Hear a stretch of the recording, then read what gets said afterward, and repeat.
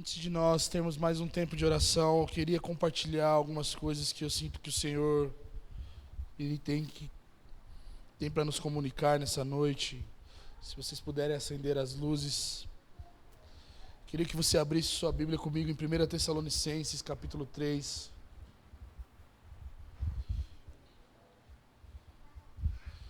Queria que você se atentasse e fosse o mais intencional em ouvir e receber essa palavra como algo de Deus para a nossa comunidade local.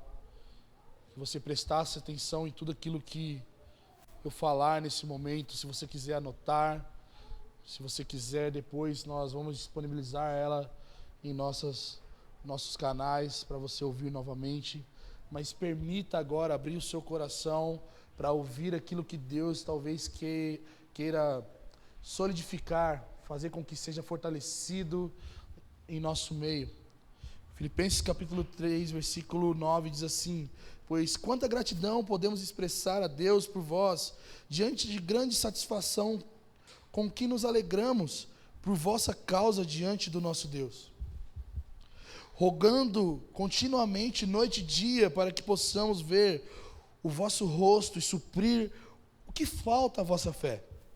Que o próprio Deus, nosso Pai, e Jesus, nosso Senhor, preparem o nosso caminho até vós, e o Senhor vos faça crescer e transbordar em amor uns para com os outros e para com todos, como também nós transbordamos em relação a vós, para fortalecer o vosso coração, tornando-vos irrepreensíveis em santidade diante do nosso Deus e Pai, na vinda de nosso Senhor Jesus com todos os seus santos.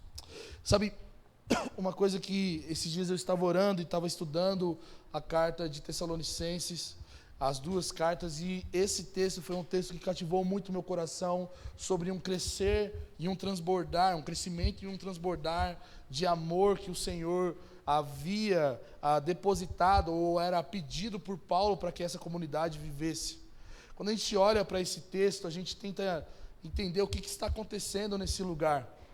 E Paulo escreve essa carta com o intuito de manter justamente o vínculo, o amor, a conexão, a presença de alguma maneira de Paulo com aqueles irmãos. Porque se você for em Atos capítulo 17, é o momento em que Paulo ele funda a igreja de Tessalônica justamente na casa de um irmão chamado Jason, onde ele prega o evangelho e as pessoas começam a chegar naquela casa, e ele tem que partir rapidamente porque ele começa a ser perseguido pelos judeus das sinagogas de Tessalônica. Então Paulo ele teve pouco tempo, mas o tempo que ele teve foi prático, essencial para a pregação do evangelho, e depois disso ele tenta, justamente com peso no coração, com amor, com desejo, pelo avanço da pregação do evangelho naquela cidade, naquela igreja, uma forma de cooperar e ser participante da realidade daquela comunidade local. Paulo, ele já havia inserido alguns assuntos escatológicos, provavelmente nessa igreja, porque essas duas cartas, elas tratam a respeito da vinda de Jesus. São duas cartas que Paulo escreve, e ele sempre escreve sabendo que aqueles irmãos sabiam do que Paulo estava falando. Essa igreja é uma igreja que sabia discernir os tempos e as estações, e tinha sua esperança firmada no retorno de Jesus. E é muito interessante porque isso é até um problema para a igreja de Tessalônica, porque muitos daqueles que estavam ali participando dessa comunidade utilizavam dessa desculpa: Jesus vai voltar, então eu não preciso trabalhar, eu não preciso fazer nada, já que a volta de Jesus é iminente, já que a volta de Jesus é a nossa única esperança. E eu sei que muitas vezes o nosso coração também é tomado por esse tipo de preguiça espiritual, porque nós sabemos que a única solução para o mundo é Jesus e o seu retorno, e às vezes a gente não se engaja culturalmente, a gente não se engaja na vida uns dos outros, porque a solução do mundo é justamente o retorno de Jesus. Mas Paulo, quando ele escreve essas cartas, ele está escrevendo, encorajando esses irmãos a viverem de acordo com uma fé madura, uma fé prática, e eu acredito que o Senhor queira falar muito sobre isso com nós, com a gente aqui nessa noite. E o coração de Paulo, quando ele escreve essa carta, ele é cheio de alegria, como um pai para com seus filhos, e é isso que Paulo vai falar no versículo 11 do capítulo 2, falando que o coração dele é tão vibrante, tão amoroso para com aqueles irmãos, porque ele sabia que foi do lugar de oração, do lugar de pregação do Evangelho e do ministério de Paulo, que aquelas pessoas tinham chegado até Jesus. Ele escreve justamente para lembrar esses irmãos do Evangelho da esperança, que eles receberam diretamente de Paulo, ouvindo do próprio apóstolo Paulo, não somente com meras palavras, mas com manifestação de poder. E Paulo fala isso em 1 Tessalonicenses 1,5. Eu não fui até vocês falando fábulas ou conhecimentos humanos, mas com manifestação dos sinais do poder de Deus, não somente com meras palavras. E não somente isso, ele fala que aquilo que ele comunicava àqueles irmãos deveria ser recebido não com meras palavras, mas como palavra do próprio Deus. E ele fala isso em 1 Tessalonicenses 2, versículo 13. E Paulo fala justamente tudo isso porque todas essas ações de Paulo, esse desejo de estar em contato, essa intencionalidade de pregar o Evangelho com manifestação de poder, essa intencionalidade de expressar a palavra de Deus, não como mero conhecimento, mas como a voz de Deus ecoando sobre essa comunidade, fazia com que esses irmãos tivessem uma firmeza em sua fé. A firmeza da fé dos crentes de Tessalônica é o grande foco desse capítulo que nós lemos agora, nessa porção do capítulo 3. Porque Paulo fala sobre fé pelo menos 5 ou 6 vezes, ou sobre firmeza de fé. Ele fala isso no versículo 3, no versículo 2, no versículo 5, no versículo 7, no versículo 10. Ele vai falar sobre confirmação da fé desses irmãos. E Paulo, como prova de confirmar a fé desses irmãos, que era uma fé sólida, ele precisava saber se tudo aquilo que ele fez foi solidificado. Ele envia Timóteo, o seu discípulo na fé, aquele que ele destaca no versículo 2 como um irmão e ministro do Evangelho de Cristo, ou seja, um companheiro de Paulo para a pregação, para chegar nessa igreja e ver, Timóteo, veja se eles amam a Deus, se eles têm uma fé sólida, da mesma maneira que eu ouço falar. Veja se as bases que eu lancei, quando eu estive lá, que por muito pouco tempo eu estive, estão sólidas, e esses irmãos estão solidificados nessas verdades. E Timóteo, ele chega lá para testificar justamente isso. Mas não somente isso, ele chega para os tessalonicenses, que foram abandonados por Paulo, foram pegos de surpresa com a perseguição iminente, e tiveram que dispensar Paulo rapidamente. Eles chegam e mostram que eles estão firmes. E Timóteo testifica da fé e do amor de Paulo para com esses irmãos, que estavam nesse momento de fragilidade e de perseguição que eles viviam. E aí é muito interessante porque nesses momentos de provação de fé, de provas, é que nós testamos a nossa permanência e a nossa fidelidade a Deus e a uns com os outros. Porque Paulo está falando, vocês estão sendo perseguidos, eu deixei vocês em perseguição. O coração de Paulo está aflito com isso. O que ele faz? Ele envia Timóteo para checar se eles estão firmes. E não somente isso, ele manda Timóteo para dizer, Timóteo, diga a eles que o meu coração está com eles nessa perseguição. Diga a eles que o meu coração é participante dos sofrimentos dessa igreja. Existia um senso de pertencimento no coração de Paulo, àquela comunidade. Existia um senso de pertencimento daquela comunidade como a comunidade de Paulo, a comunidade que Paulo plantou, e eles eram firmados nas verdades que Paulo falava. E Paulo, ele vai dizer no versículo 4, que ele recebe essas notícias de Timóteo.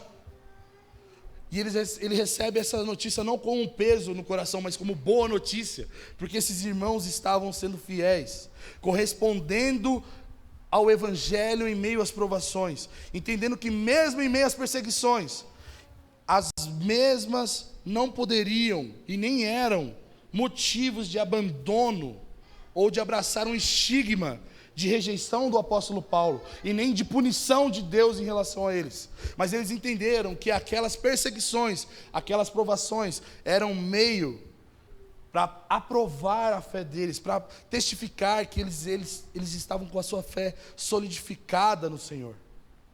E é nesse momento que Paulo vai dizer no versículo 8, porque se vocês estão firmes, nós agora vivemos. Ou seja, o motivo da maturidade dessa igreja, Aliás, a maturidade dessa igreja era motivo da felicidade e da vida de Paulo, do contentamento de que, poxa, nós estamos fazendo e nós fizemos um bom trabalho em Tessalônica. Como se a firmeza ou a inconstância que aqueles irmãos pudessem ter seriam motivos vitais para a missão de Deus depositada para Paulo. E por que eu queria falar com você sobre esse tema nessa noite? Porque Paulo começa falando no versículo 9 até o versículo 11, com um coração de gratidão. Ele vai dizer para nós que ele começa a dizer, pois quanta gratidão podemos expressar a Deus por vós. Ou seja, Paulo expressa a alegria por ver uma firmeza e uma solidez espiritual que Deus proveu àquela igreja em meio a todas as coisas que ela tinha passado e que estavam passando. Essa alegria e gratidão resultava em um transbordar de louvor ao Senhor, em que Paulo reconhece a mão poderosa de Deus sobre a igreja de Tessalônica, como aquele que sustentou a igreja no meio de todo o processo de perseguição, quando Deus sustentou mediante a ausência de Paulo, como Deus sustentou o coração daqueles irmãos, como Deus proveu firmeza, rigidez na fé no Senhor. E sabe o que é mais belo? Que essas ações de graça são muito similares ao que o salmista vai dizer no Salmo, onde ele diz, que darei ao Senhor por todos os benefícios que me foi feito. Paulo está questionando justamente isso, como eu posso expressar a minha gratidão a Deus pelo fervor espiritual que os tessalônicos tinham. Como ele poderia expressar a gratidão ao Senhor pelo amadurecimento daquela igreja, que mesmo em meio às dificuldades, mesmo em meio à perseguição, eles estavam firmes no Senhor. Como Paulo poderia fazer algo para aquela igreja, para que ela fosse acrescida na fé?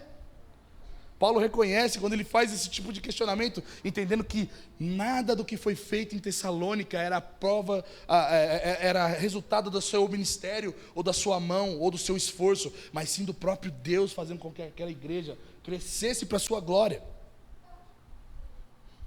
Paulo, ele conhecia e sabia da fé genuína e sólida daqueles irmãos, por isso que ele se sente consolado, e é isso que ele vai dizer no versículo 7.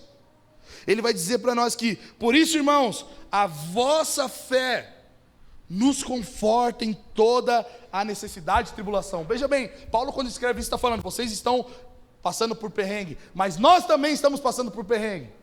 Mas mesmo no perrengue, quando a gente sabe da fé de vocês, a gente se sente consolado em meio a todos os perrengues e perseguições que nós passamos. No versículo 10... só uma pausa aqui, em meio a todo esse turbilhão do coração pastoral de Paulo, irmãos, porque Paulo é o pastor que fundou provavelmente essa comunidade, nesse coração cheio de turbilhões e problemas, perseguições e coisas que sondam o coração pastoral, Paulo é surpreendido pela fé desses irmãos. Ele é surpreendido pela realidade de que aqueles irmãos não estão apegados à figura pública de Paulo, eles estão apegados a Cristo e esperando o seu retorno. Paulo também expressa no versículo 10 um desejo para que seja da vontade de Deus, para que se pudesse, ele encontrasse esses irmãos pessoalmente. E é isso que ele vai dizer no versículo 10, rogando continuamente noite e dia para que possamos ver o vosso rosto. Ou seja, Paulo, nessa carta, ele está querendo consolar esses irmãos. Olha, as coisas estão difíceis para vocês, as coisas estão difíceis para nós saímos daí fugido, mas o nosso coração deseja ver com os próprios olhos essa fé sólida que vocês têm, esse amor pelo Senhor que vocês têm. Paulo estava cheio de desejo e afeto para ser participante da realidade de uma comunidade vibrante que amava o retorno de Jesus.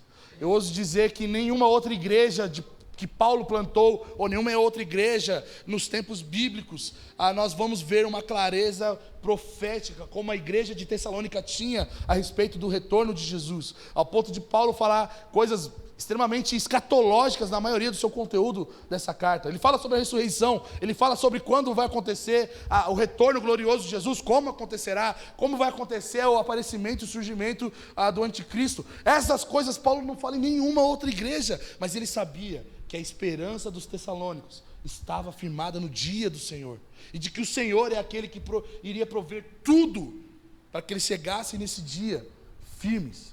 Na verdade, eles já estavam provando dessa firmeza. E aqui Paulo nos dá uma lição, meus irmãos.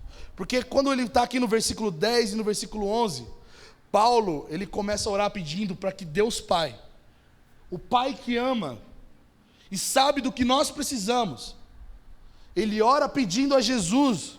Ele fala que o próprio Deus, nosso Pai, Jesus, nosso Senhor, prepare o nosso caminho para vós.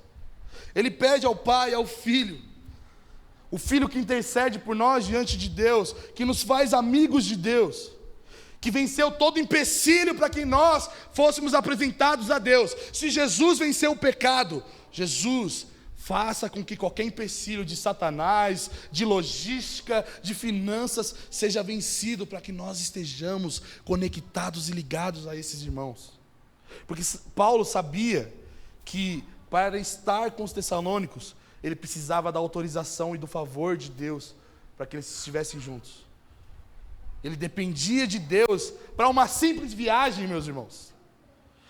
E isso nos ensina muita coisa, mas a principal delas é a dependência de Deus e o discernimento espiritual para aquilo que ele desejava que fosse feito ou fosse concretizado, não por sua própria mão, porque Paulo poderia talvez fazer umas tendas, vender umas tendas, comprar uma passagem de barco, seja lá como for, pegar um cavalo emprestado e ir para Tessalônica. Mas ele entendia que, já que Deus está sustentando esses irmãos, já que Deus está firmando esses irmãos nele mesmo, eu preciso da autorização de Deus, eu preciso de Deus me movendo para esse lugar, eu preciso do favor de Deus, porque Deus sabe dos empecilhos que vou ter, Deus sabe dos levantes demoníacos que vão aparecer, Deus sabe das necessidades que eu vou ter para ir. Então Paulo, ele se mostra dependente e pronto para discernir a vontade de Deus, e se era necessário que ele fosse lá, porque ele sabia que a mão poderosa de Deus, o favor do Filho em nosso favor, a bondade de Jesus, que padeceu pelos nossos pecados e morreu, e nos fez amigos de Deus, esse poderoso Deus, que fez tudo isso, poderia fazer uma simples viagem, ser uma grande provisão para Paulo e para aqueles irmãos. Paulo nos ensina que nós devemos orar, meus irmãos, pelas questões mais ordinárias da nossa vida. Porque se nós não conseguimos orar pelas questões mais ordinárias, confiando que a mão do Senhor vai fazer isso, nós não conseguimos crer que Deus poderá fazer milagres e questões extremamente extraordinárias. E Paulo está nos ensinando isso. Uma simples viagem, uma simples visita se tornando motivo de intercessão, súplica diante de Deus. Paulo também ora por uma fé madura para esses irmãos, porque ele fala justamente sobre suprir a falta da fé desses irmãos. Paulo aqui reconhece que, ainda que ele pudesse estar de longe, ele queria ser participante, acrescentando alguma coisa à fé daqueles que estavam lá naquela comunidade de fé. A fé que eles tinham no Senhor poderia ser enriquecida com a visita de Paulo. Isso nos ensina que quanto mais fé nós temos, mais fé nós precisamos. Quanto mais cheios de fé nós temos, mais nós somos dependentes do Senhor para que Ele nos gere mais fé. E aí nós precisamos ser intencionais, como o apóstolo vai dizer, em andar em fé, para que nós vejamos a glória de Deus e aumentemos a nossa dependência de Deus. Sabe quando nós vamos aprender a depender de Deus? Quando nós tivermos fé, meus irmãos. Não é quando nós tivermos necessidade, mas quando nós tivermos fé. Porque nós sabemos que Deus pode fazer todas as coisas em nosso favor. Paulo continua escrevendo esse capítulo, essa carta, e aí ele pede no versículo 12, algo que é extremamente importante, porque Paulo podia pedir o seguinte: que cesse a perseguição, que a igreja enriqueça, que a igreja tome a cidade de Tessalônica. Não, Paulo pede uma coisa muito melhor: que eles cresçam e transbordem em amor, que o Senhor vos faça crescer e transbordar em amor uns para com os outros e para com todos. Parece que existe uma divisão aqui de uns para com os outros e para com todos, e existe mesmo, porque Paulo queria que essa igreja recebesse algo da parte de Deus, e essa visita que Paulo queria fazer era justamente para promover esse amor que ele tinha por esses irmãos, e que esse amor os constrangesse tanto, para que eles começassem a amar uns aos outros, e não fosse um amor tipo, hoje eu pago o seu lanche, ou hoje eu faço alguma coisa. É um amor intenso, transbordante, que a sua dor será minha dor intencionalmente porque eu te amo, a sua felicidade será minha felicidade porque eu te amo. Nós vamos caminhar juntos, nós vamos expressar a máxima potência de amor que nós podemos ter uns pelos outros, nem que isso custe tudo que nós pudermos ter ou pudermos fazer. Porque Paulo, ele usa aqui da palavra de transbordar, é conhecida como pleonasmos, no grego, que é justamente esse superabundar, essa super exagero do amor de Deus. Paulo deseja que eles não só amem, mas eles sejam exageradamente amáveis e amados uns pelos outros. Paulo deseja um superabundar de amor a essa igreja, para que isso seja vivenciado entre eles primeiramente, por isso que Paulo fala, uns para com os outros, ou seja, Paulo desejava que irmãos fracos fossem amados por irmãos fortes. Paulo queria que irmãos pobres amassem os irmãos ricos amassem irmãos pobres. Paulo queria que escravos amassem seus senhores com amor transbordante. Imagina isso, meus irmãos. Aquelas pessoas que você tem mais dificuldade de amar, o desejo e a oração de Paulo era que aquela pessoa fosse amada, não somente por conveniência ou por um certo, tipo, putz, eu vou fazer um esforço. Não, é o super amor vindo do coração do Pai para vocês, para que vocês amem intencionalmente uns aos outros. E quando vocês amarem uns aos outros, com tanta intencionalidade, com tanto transbordar uns pelos outros, o mundo vai provar desse transbordar de amor. Por isso que ele vai falar depois, para com todos os outros. Ou seja, quando nós nos amamos, intencionalmente, fielmente, custe o que custar, isso vai ser tão intenso, tão intenso, tão intenso, mas tão intenso, que nós vamos transbordar o amor de Deus para fora. E era esse o desejo de Paulo. A começar pela família de Deus, para que a família de Deus fosse acrescida pelo amor que estava transbordando dela.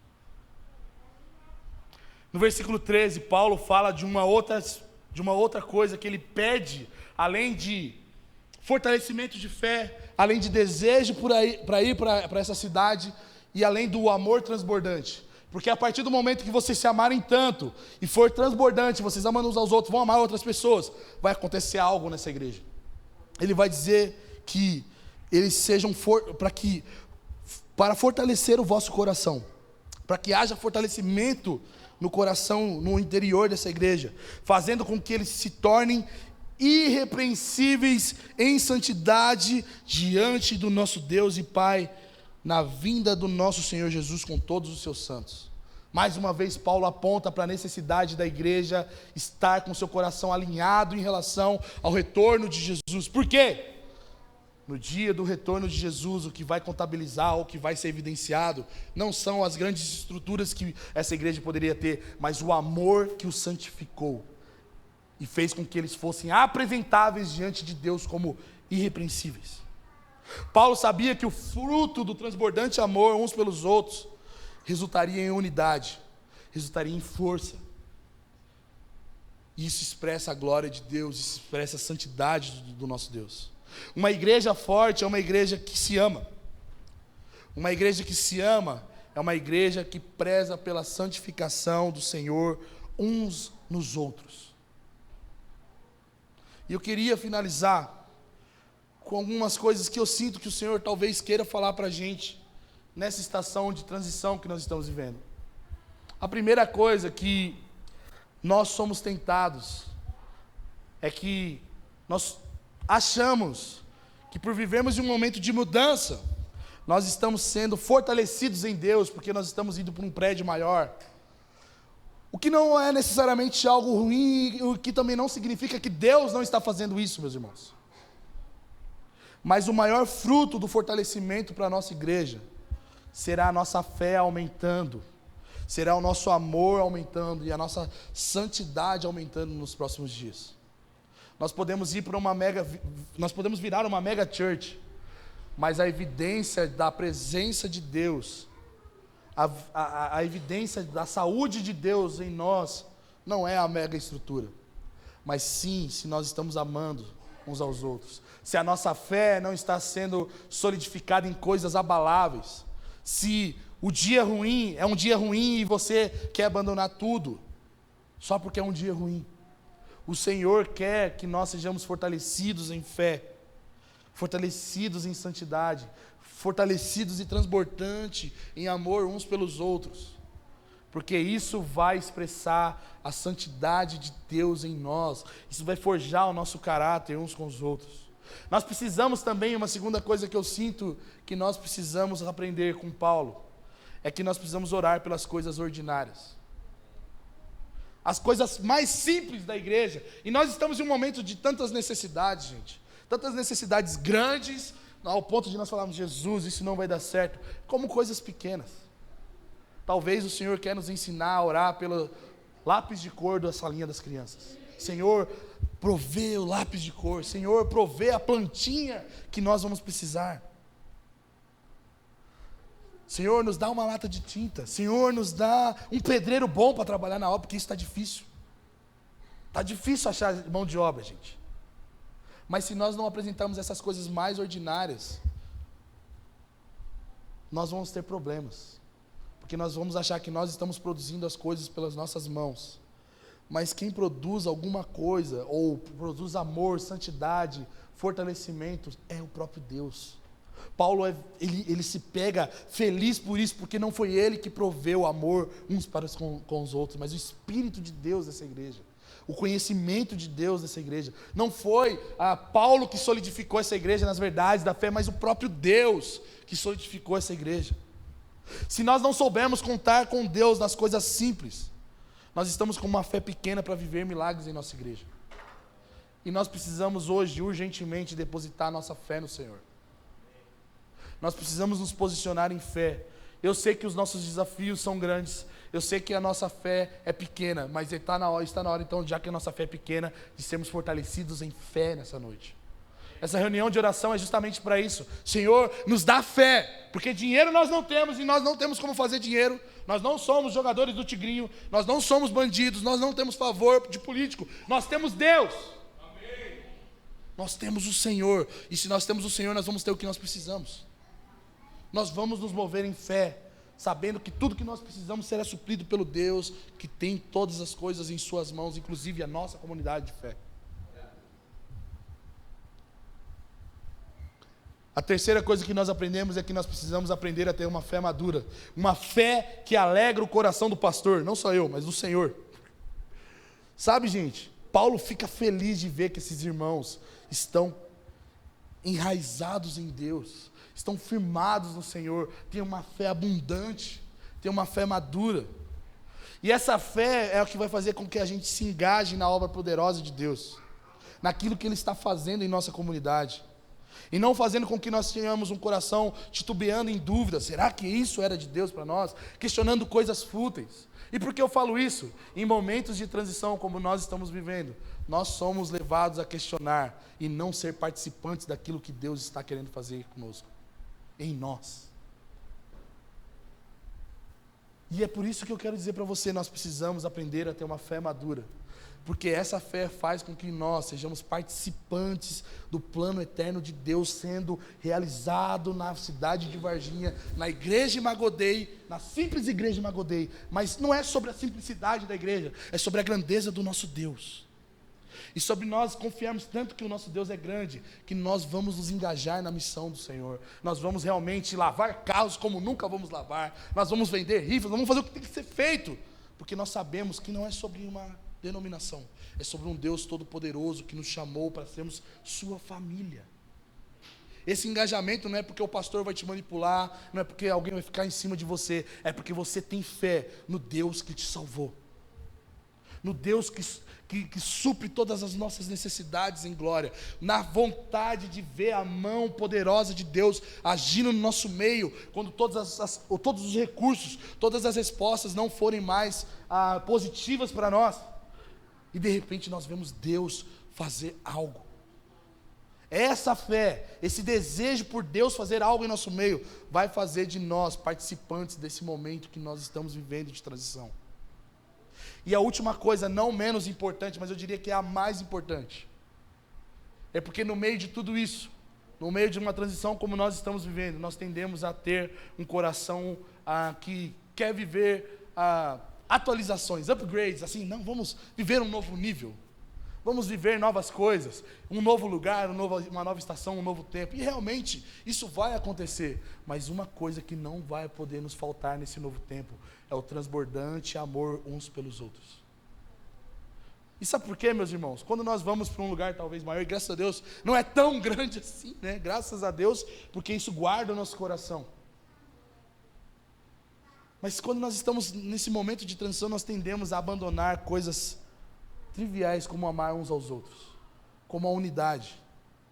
E quando as pressões vierem sobre nós, é nessas pressões que os nossos afetos, o nosso amor uns pelos outros será testado.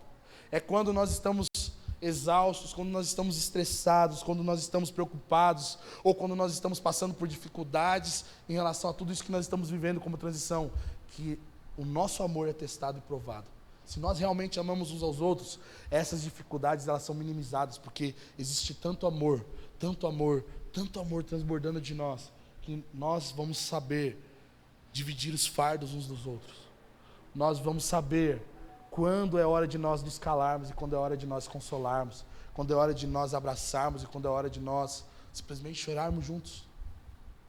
E sabe, nesses dias eu tenho orado e pedido para que o Senhor aumente a nossa unidade, aumente o nosso amor uns pelos outros, justamente por isso, porque nós somos tentados a achar que a estrutura é maior do que o amor uns pelos outros, do que estamos vivendo um novo tempo, esse novo tempo ser maior do que olhar um nos olhos dos outros e firmarmos um pacto, uma aliança de família no Senhor. E sabe, às vezes nós esquecemos isso. Quando nós chegamos nesse novo lugar, nós lidamos com dificuldades, nós lidamos com perseguições internas, os nossos fantasmas, os nossos medos, ou até mesmo pressões externas, seja lá o que for, essa pressão externa. E é nessa hora que nós vemos se realmente nós somos de verdade, irmãos. Se nós somos aquilo que nós dizemos de ser uma comunidade, que tem um senso de pertencimento, de eu ser família do meu irmão, eu ser irmão do Niltinho, o Niltinho ser meu irmão, e tudo que afeta ele me afeta, e tudo que me afeta, afeta ele. E tudo que eu sinto de amor que vem de Deus pelo meu irmão, deve ser sem medida, deve ser sob livre demanda. Porque isso nutre e fortalece a igreja de Jesus. Para ilustrar melhor, nós temos bebês aqui, a Ana, a Tal, que estão amamentando. E uma das práticas que os médicos vão dizer para o fortalecimento e enriquecimento dessa criança é a livre demanda de mamar. Ou seja, se a criança está com fome, a mãe tem que dar tetê para ele mamar e ele crescer e ficar feliz. Na verdade, da mesma maneira, o amor é o leite que o Senhor está dando para nós sermos fortalecidos. Se nós não formos em livre demanda amar uns aos outros, nós teremos problemas de fortalecimento e unidade da nossa comunidade. E eu creio que o Senhor não quer isso para nós, meus irmãos. Eu creio que o Senhor não quer uma comunidade superficial só porque mudou de estrutura. Nós continuaremos sendo intencionais em relacionamento. Nós continuaremos sendo amantes uns dos outros, no sentido de eu amo tanto meu irmão, eu quero tanto bem do meu irmão, eu quero estar tanto junto com meu irmão, que eu não vou viver com camadas nas nossas vidas. Eu não vou viver com superficialidade, com cercas, com barreiras. Eu vou entrar na vida do meu irmão vai entrar na minha, e nós seremos um para o Senhor. E nós veremos o transbordar do amor de Deus em nosso meio. E sabe por que eu falo isso? Porque eu amo tanto vocês. Porque eu amo tanto aquilo que Deus fez em nós. E eu não estou falando sobre os atos poderosos de Deus em nossa comunidade, a estrutura, o jeito que a gente tem liturgia. Deus me deu uma família aqui. E é isso que deve pulsar o nosso coração, em fidelidade uns para com os outros, em compromisso de oração. Sabe por quê? A gente precisa estar orando junto como a gente está aqui, porque a gente ama uns aos outros demais. A gente sabe que a força que a gente precisa está no fato de nós amarmos uns aos outros e nós orarmos uns pelos outros. E eu queria que nós, antes de nós irmos para o turno de intercessão, eu queria que nós ficássemos de pé.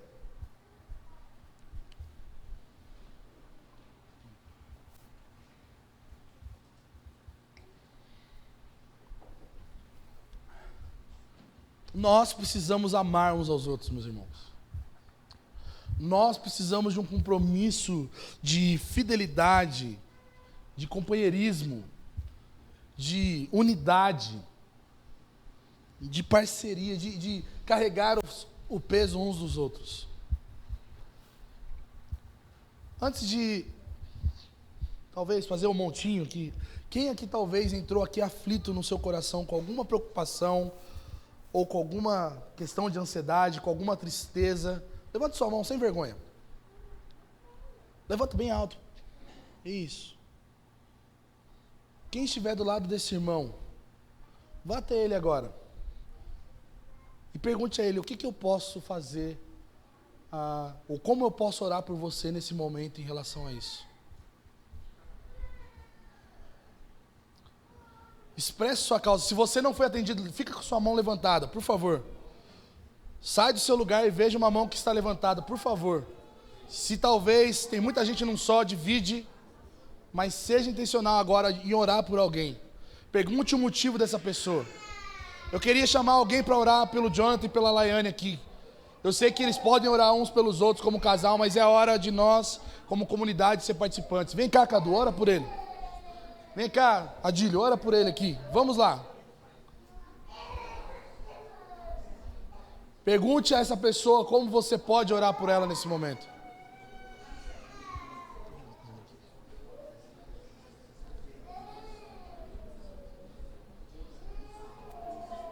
Meninas, tem aqui, ó, a Kelly. Sai alguém aí, divide vocês aí, ó. Vem aqui na Kelly. Se tá, talvez, muita gente perturbado, com aflição, ora todo mundo junto uns pelos outros.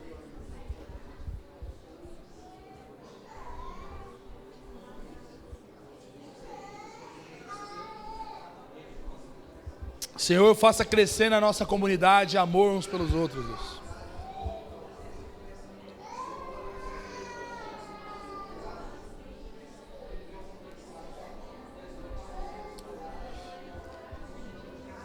Fortaleça-nos, Senhor, fortaleça-nos. Fortaleça-nos pelo seu crescente amor em nós, Deus.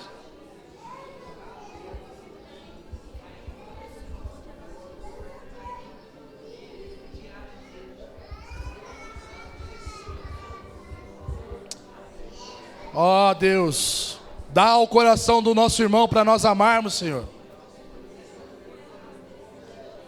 Dá-nos o coração uns dos outros, Senhor.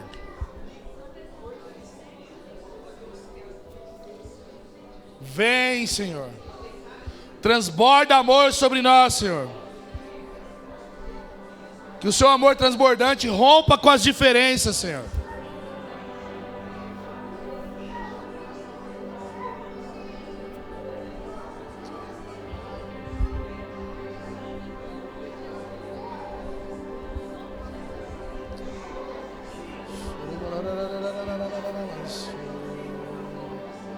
Venha com renovo sobre nós agora, Senhor.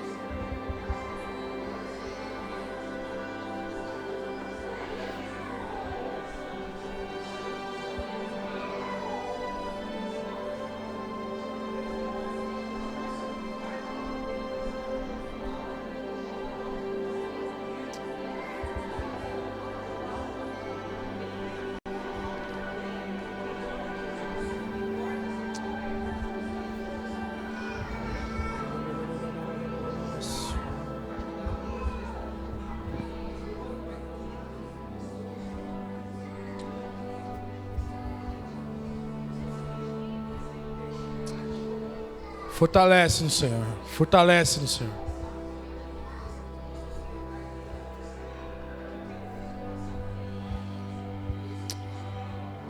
Fortalece-nos, Senhor.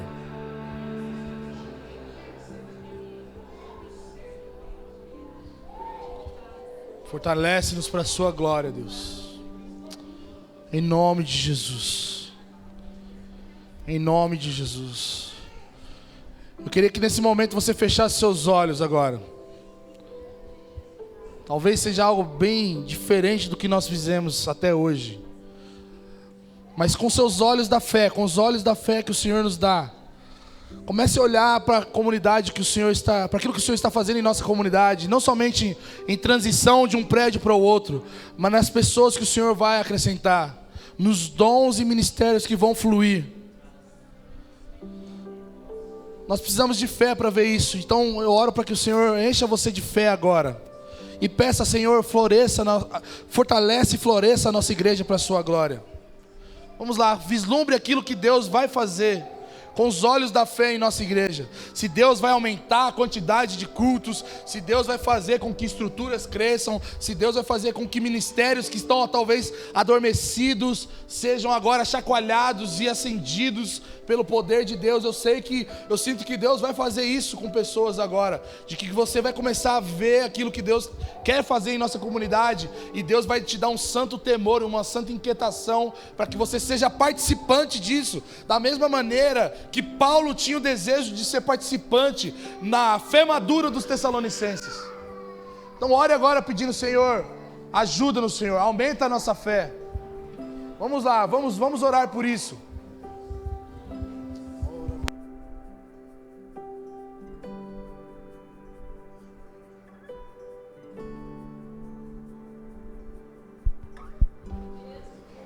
Expande, Senhor, os nossos olhos agora para ver aquilo que o Senhor deseja fazer em nossa comunidade, Senhor.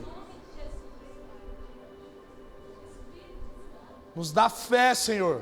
Nós sabemos que pelas nossas próprias forças, pelos nossos próprios recursos, isso é impossível. Mas nós temos o Deus que supre tudo que nós precisamos. O Deus que sustenta a igreja. O Deus que faz todas as coisas acontecerem conforme a sua própria vontade, Deus. E nós reconhecemos a sua vontade nessa transição, Senhor.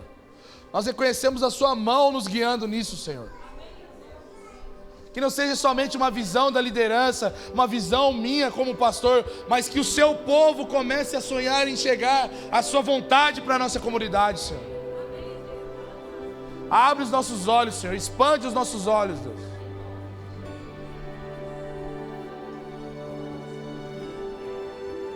Abre, Senhor, os nossos corações para ter sonhos, Senhor. Para que nós sejamos participantes, para que o nosso coração se alegre, porque o Senhor nos salvou e nos conectou a uma comunidade de fé que é a sua família, Deus, e quão privilegiados nós somos, e que a partir disso, Senhor, nós não sejamos apáticos, talvez não participantes, Senhor, mas nos coloque como inquietos se nós nos acomodarmos em nossa zona de conforto, Senhor. Ajuda-nos a não sermos, Deus, somente pessoas que vão fazer uma coisa pela metade, ou não vamos nos engajar de todo o coração em relação à sua missão, Senhor. Porque nós sabemos que há desejo do Senhor em salvar Varginha, Senhor, em salvar pessoas nessa cidade, Senhor, em salvar crianças, em salvar talvez pessoas que são de influência nessa cidade, Senhor. Ajuda-nos, Senhor, a ter um coração inclinado para elas, Senhor. Ajuda nós termos um coração inclinado para os pobres dessa cidade, Senhor. Nos dá, Senhor, ousadia, nos dá temor do Senhor, para que nós não venhamos cair num lugar de conforto, de conformismo, mas acende o nosso coração pela missão de Deus, como Paulo tinha, Senhor.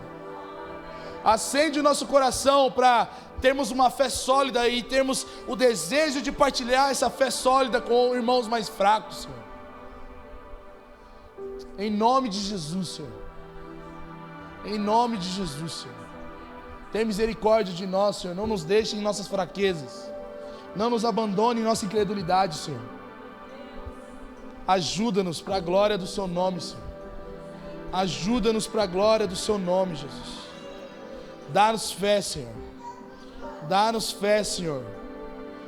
Dá-nos fé, Senhor. Em nome de Jesus, Senhor. Em nome de Jesus, Senhor. Pai, muito obrigado por essa palavra, Senhor, por aquilo que você quis comunicar aos nossos corações, Senhor. Que nós não sejamos meros ouvintes, mas praticantes, desejosos pelo crescimento do seu amor em nós, Senhor. Que nós venhamos dar passos intencionais a praticar aquilo que o Senhor está nos chamando, Senhor.